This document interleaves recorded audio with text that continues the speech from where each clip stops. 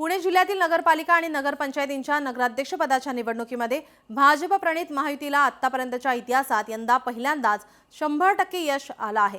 पाहुयात याच संदर्भातील हा रिपोर्ट।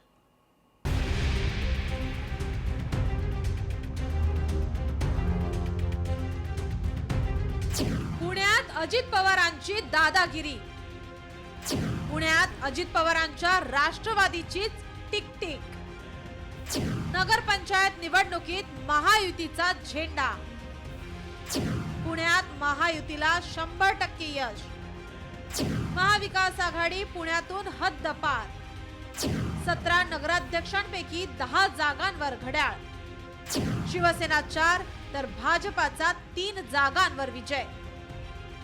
एकीकाळी शरद पवार यांचा बालेकिल्ला म्हणून पुण्याचा इतिहास होता, दुसरीकडे बाळासाहेब ठाकरे आणि काँग्रेसची ताकद पुण्याच्या ग्रामीण भागात होती।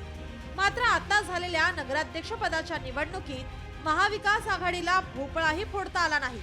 परिणामी नगराध्यक्षपदाच्या निवडणुकीत पुणे जिल्ह्यातून काँग्रेस, राष्ट्रवादी काँग्रेस शरदचंद्र पवार पक्ष आणि शिवसेना उद्धव बाळासाहेब ठाकरे पक्ष पूर्णपणे हद्दपार झालाय।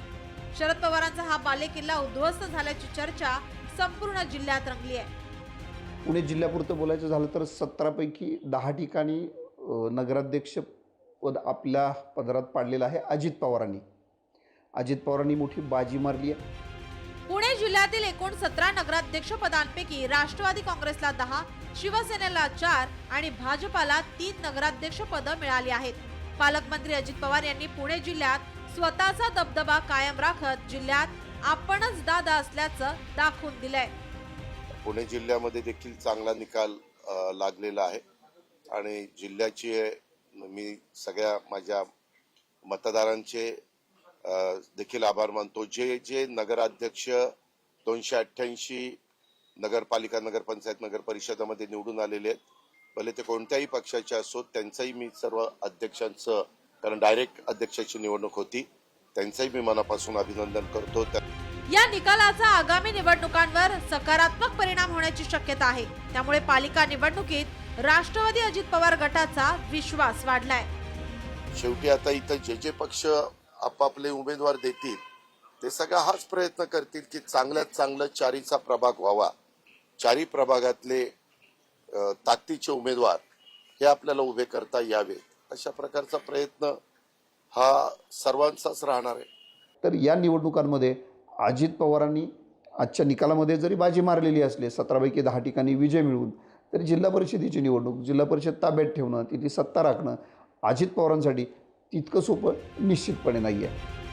नगर परिषद आणि नगरपंचायत निवडणुकीमध्ये सुरुवातीपासूनच महाविकास आघाडीने सपशेल माघार घेतली होती।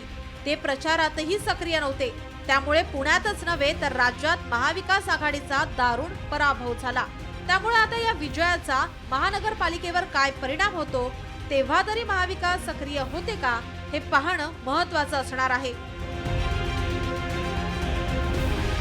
अमोल धर्माधिकारी, लोकशाही मराठी, पुणे।